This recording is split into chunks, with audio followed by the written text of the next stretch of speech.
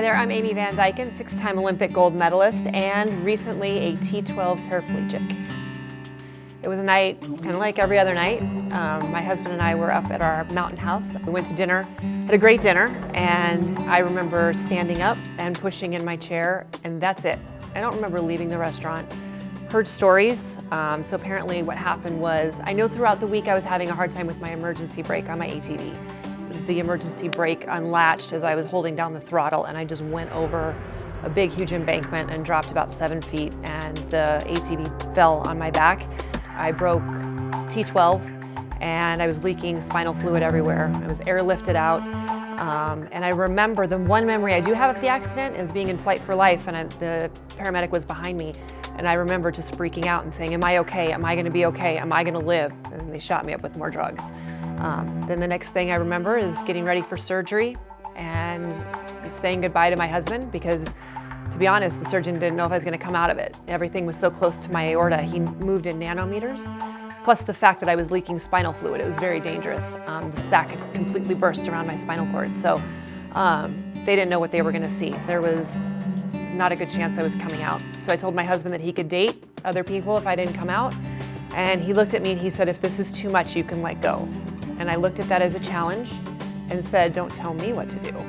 So I fought, and here I am. So a cure means different things to different people. For me, what a cure would mean was, and again, I don't want to get too graphic, but to get my bladder, my bowel, and my sexual function back.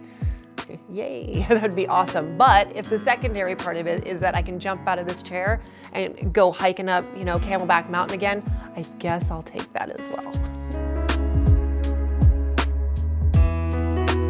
I'm thinking that if a scientist knows that there's a $10 million prize for curing something, that they're gonna work day and night to make sure that they are the one who does it. And it's exciting. When I got injured, you hear about all these different things that could happen, but you want them to actually happen. And I want to see a cure in my lifetime. So to hear about this is absolutely outstanding. And there's the urge right there, prize. It's ginormous, it's huge. And that's what's really needed. You need to push people, and people can't get complacent about this, because what a lot of people don't understand is when you get injured, the one thing that doctors say to you every time you ask them a question is, I don't know. So when you have a prize in front of them, guess what? They're going to push themselves to be able to have an answer. And people who are paralyzed will never have to hear, I don't know, ever again.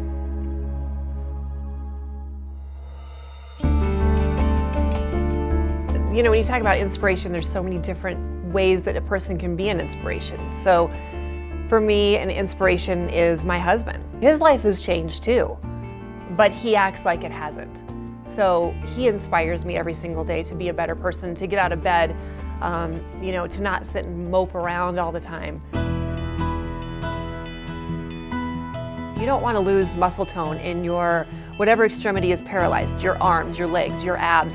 For me, it's my lower abs and my legs. I work them more than I work anything. And the reason is, if you just sit there and let atrophy take over, it's going to. And then it's going to take so much longer when a cure does happen and you're able to walk, you're still going to be sitting in your chair. And you don't want that. So you got to make sure that you are strong, both mentally and physically. So keep working out, man. Amy's Army is something that I thought up when I was in the rehab hospital. I sat there and I realized that my life has completely changed. And it will probably never be the same. I'm not going to be able to do things that I used to. Can't hear you. You have this tragic event happen to you, and then you hear you need a special chair to use the restroom. It's $3,500 and insurance won't cover it. You need this chair in order to take a shower. Well, that's $2,800, and I'm so sorry, insurance won't cover it.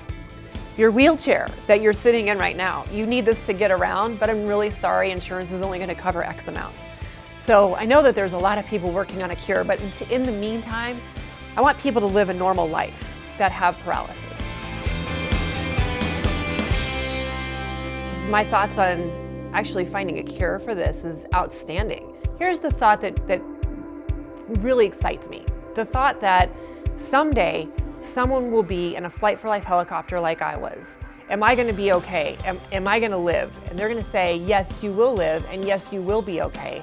They'll be paralyzed for a couple of hours, and guess what? They're gonna walk out of that hospital. That, to me, is the greatest thing that could ever happen, and it will happen. It will happen, absolutely. With this, oh, it's gonna happen.